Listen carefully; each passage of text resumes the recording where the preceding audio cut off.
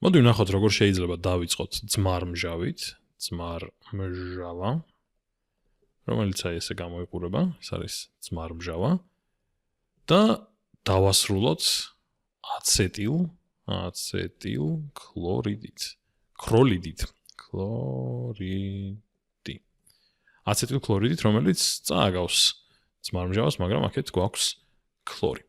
და ეს რეაქცია მიმდინარეობს თიონილის მოლეკულის თანდასწრებით, თიონილის ქლორიდის თანდასწრებით, აქეთ ქლორი არის და აქეთაც ქლორია. და აქ გვაქვს გოგირდი, რომელსაც ექვივალენტური ელექტრონი აქვს, შესაბამისად 2, ანუ 1 წყვილი ექნება თავისუფალი ელექტრონების და ეს რეაქცია არის უფრო მარტივი ვერსია განზოგადებული რეაქციის, სადაც ვიწყებთ კარბონმჟავით და ვამთავრებთ აცილჰალიდით. ანუ შეგვიძლია აქ ჩავანაცვლოთ აი ეს მეთილი რაღაც გრძელი ჯაჭვით, ესეც გრძელი ჯაჭვით, განვაზოგადოთ ეგრე და აქ ნებისმიერი ჰალიდი შეიძლება გქონდეს. კარგი, ნახოთ ახლა როგორ მიმდინარეობს ეს პროცესი. გადმოვხატოთ მოდი ეს ძმარმჟავა ქვემოთ და ნახოთ როგორ წავა ეს პროცესი. ესე იგი, აქეთ გვაქვს O და A-ში. მოდი O-ს მივხატოთ თავისუფალი წყვილები ელექტრონების და აქვე გვაქვს თიონილის ქლორიდი, აი ესე. და აქეთ ჟანგბადი, თავისუფალი წყვილებით და ახლა რა ხდება?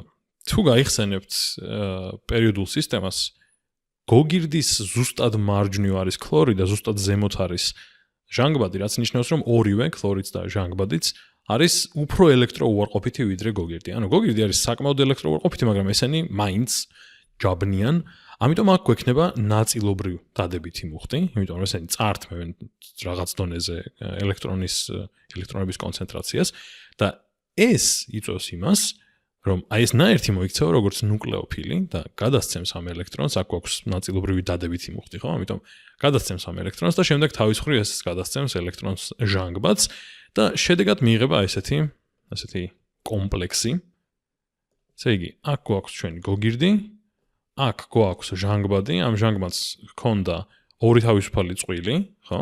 და ახლა, რადგან კიდევ ერთი ელექტრონი გადაეცა, ახალი სურათი არის ის, რომ დაემატა 1, ანუ ესე იგი, აქ ბმა აღარ გვაქვს, აქ გვაქვს კიდევ ერთი ელექტრონი და ესე იგი გვაქვს უარყოფითი მუხტი, ხო? ანუ რატომ? იმიტომ რომ აქ ბმა რაც იყო, ერთი ელექტრონი ისედაც ეკუთვნოდა ამ ბმიდან, აი პირობითად აი ეს ელექტრონი, ხო? და ეხლა აი უბრალოდ აქ არის. ცოტა დამაბნევად შეიძლება ჟღერს, მაგრამ ანუ ბმა როცა წყდება, ეს ბმა გულისხმობს 2 ელექტრონს, საიდანაც 1 არის გოგირდის და 1 არის ჟანგბადის და ეხლა ჟანგბადს დარჩა ის 1 ამ ბმაში რაც იყო და პლუს ჭარბი ელექტრონი რაც იყო, ეგეც გადაეცა. ანუ გოგირდს არ დარჩენია ეგ ელექტრონი.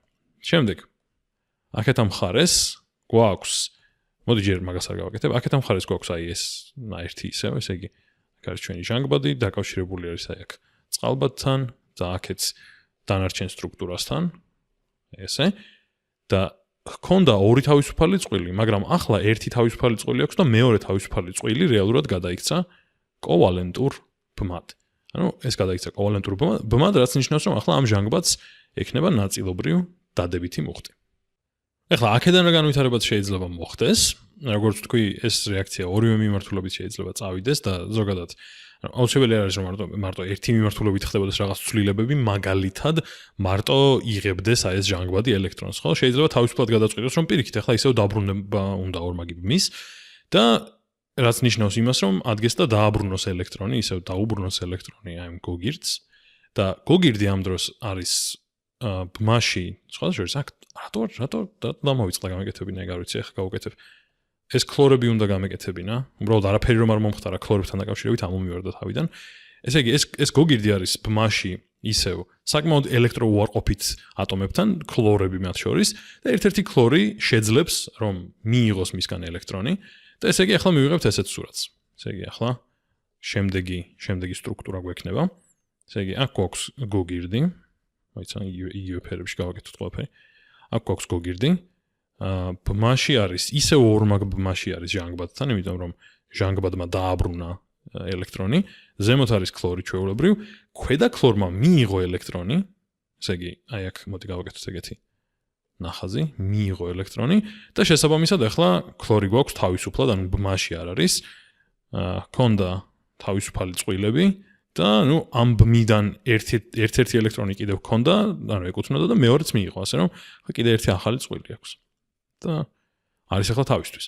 და დანარჩენი სტრუქტურა გადმოიხატება იგივენაირად, აქ გვაქვს ესე ბმა, აქ გვაქვს ჟანგბადი, კავშირში არის ეს ჟანგბადი ამ დანარჩენ სტრუქტურასთან, აი ასე. აქ კიდევ ერთი ჟანგბადი და აქეთ არის წყალბადი. მაგრამ ახლა რაც შეიძლება მოხდეს, არის რომ ახლა შეიძლება თვითონ აი ეს ქლორი მოიქცეს ნუკლეოფილად და გადასცეს აი ამ კარბონილის ნახშირბადს ელექტრონი და თავის მხრივ კარბონილის ნახშირბადმა შეიძლება გადასცეს შემდეგ კარბონილის ჟანგბადს ელექტრონი და ახლა შედეგად კიდევ ახალ მდგომარეობაში გადავალთ და ეს ახალი მდგომარეობა იქნება შემდეგნაირი, ესე იგი აქ გვაქვს O არის ბმაში გოგირდთან, შემდეგ ამ გოგირდს ზემოთ ერთი ქლორი ყავს ჩვეულებრივად, ქვევით აღარაფერი ყავს, შემდეგ აქეთ ბმაში არის ჟანგბადთან, არ დაგვაუწყდეს რომ ამ ჟანგბადს დადებითი მუხტი აქვს ისევ. უბრალოდ მოდი ფერები რომ არა ურიო, თორემ დამაბნეველი ხდება ხოლმე, ისევ ყვითლად გავაკეთებ ამას, ესეც ჩვეულებრივად არის ამ წყალბადთან და ახლა აქეთა სტრუქტურაში რა ხდება, ეგაა საინტერესო.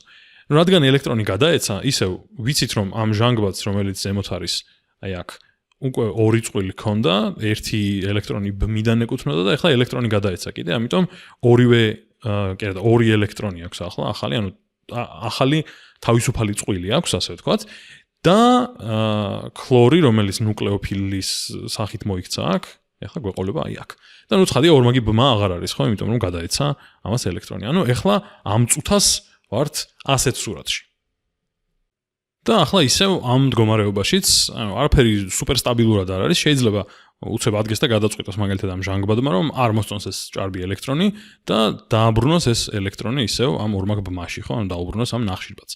და ზოგადად ეს ისევ შეგახსენებთ რომ არაფერი აქ ცალმხრივი არ არის, ეს ყველა რეაქცია ორივენაირი მიმართულებით შეიძლება წავიდეს, უბრალოდ ყველა მიმართულებას ვნახულობთ, ხო? და ერთი ვარიანტი ამისი განვითარების არის რომ დაუბრუნდეს საიდანაც დაიწყო, მაგრამ მეორე ვარიანტი არის რომ აი ეს ნახშირბადი ჯერ კიდევ დაკავშირებული არის ელექტროუარყოფით ატომებთან, ამიტომ თვითონ შედარებით ნაწილობრივ დადებითი მუხტი აქვს, ამიტომ შეუძლია მიიღოს ელექტრონი და ასევე აქედან გადაიცემა ეს ელექტრონი შეუძლია გადასცეს აი ამ ჟანგბადს, რომელსაც ისედაც დადებითი მუხტი აქვს და მაინც უნდა და ელექტრონი და შედეგად რაც მოხდება ახლა არის რომ ისევ და ესეც შებრუნებადი ამბავია, შეგცევადი. მივიღებთ აი ასეთ რამეს. და შეიძლება უკვე გეცნობათ ეს რა არის ვიდეოს დასაწყისში. პირდაპირ მივიღეთ რაზეც ვლაპარაკობდით, ხო? და რატომ მარტო ეს? იმიტომ რომ ეს ჟანგბადი რომ მიიღებს ელექტრონს, ბმა შეწყდება აქ, ხო, ამათ შორის, ეს ნაწილი მოწყდება და აქეთ დაგვრჩება, ესე იგი, ჟანგბადი, რომელიც ნეიტრალურია და დაკავშირებული არის წყალბადთან და აქეთ ამ მხარეს დაკავშირებული არის გოგირდთან, რომელიც არის კავშირში ქლორთან და ასევე კავშირში არის ჟანგბადთან, ესე ორმაგი ბმით. რასაც ვამბობდით ვიდეოს დასაწყისში, ეგ ნაწილი უკვე ვაჩვენეთ, რომ აი ეს აცეტილ ქლორიდი, ქროლიდი, რატომ იმართება არ ვიცი, ქლორიდი, უკვე მივიღეთ. ამ რეაქციების შედეგად მივიღეთ, მაგრამ მოდი მაინც ბოლოში გავიყვანოთ ეს ყველაფერი, აი ლაბორატორიულად ეს რომ ჩაატარო, რაღაცები ხომ მოგრჩება და მოდი ნახოთ პოტენციურად რა შეიძლება მოხდეს, ხო? სავარაუდოდ რაღაცა გოგირდის ოქსიდი უნდა იყოს და აშქლორი, მაგრამ ნახოთ. შეგვიძლია წარმოვიდგინოთ, რომ ჟანგბადი წაართმევს აი ამ ელექტრონს და დაუბრუნებს აქ გოგირდს ამ ელექტრონს, ეს გოგირდი თავის მხრივ ქლორს მისცემს საშუალებას რომ წაიღოს ეს ელექტრონი და შედეგად რა მოხდება? შედეგად მოხდება რომ წყალბადი აღარ არის დაკავშირებული, თავისთვის დაფრინავს, არის ცალკე. შემდეგ გვაქვს ჟანგბადი, რომელიც დაკავშირებული არის გოგირდთან, ესე იგი ეს არის გოგირდი, მინდა რომ ფერები იგივე დავტოვო, ამიტომ კავშირებს ეგრე შევღებავ. შეიძლება სადღაც აურია კავშირები, მაგრამ ასე თუ ისე მაინც კარგი არის კონსისტენტურობა და გოგირდმა რადგან მისცა მიანიჭა ქლორს თავისი ელექტრონი, შედეგად ახლა ასევე ქლორი გვაქვს, რომელიც ასევე დაცურავს თავისთვის და ერთი დამატებითი ელექტრონი აქვს და 7 უკვე ისედაც ჰქონდა. ესე იგი, ერთი დამატებითი ელექტრონი მას უარყოფით მუხტს მიანიჭებს და ბოლო ნაბიჯი, ალბათ მიხვდებოდით, რომ არის უბრალოდ ელექტრონის გადაცემა, გაზიარება ამ ქლორის ელექტრონის წყალბადთან. და შესაბამისად, ეს დამავიწყდა მეჩვენებინა რომ აი ამ მდგომარეობასთან წონასწორობაში არის აი ეს ეს ყველაფერი ერთმანეთთან წონასწორობებია გაკეთებული და თან მინდა ხაზი გაუსვა რომ აი როგორც ეს არის რაღაცა ერთი სიტუაცია და ეს არის რაღაცა ერთი სიტუაცია ანალოგიურად ესაა ერთი სიტუაცია აი ეს ორივენაერთი არის ერთად და ესაა ერთი სიტუაცია ერთი და იგივე ნივთიერებები უბრალოდ სხვადასხვა სახით კავშირში ერთმანეთთან და საბოლოო ჯამში როგორც ხედავთ მივიღეთ აცეტილქლორიდი მივიღეთ H ქლორი და მივიღეთ გოგირდის დიოქსიდი და როგორც თქვი შეგიძლიათ ეს განაზოგადოთ აქ შეგვიძლია მოვიქცეთ ისე რომ გქონდეს უფრო გრძელი ჯაჭვები და არა კონკრეტულად ძმარმჟავა და აცეტილქლორიდი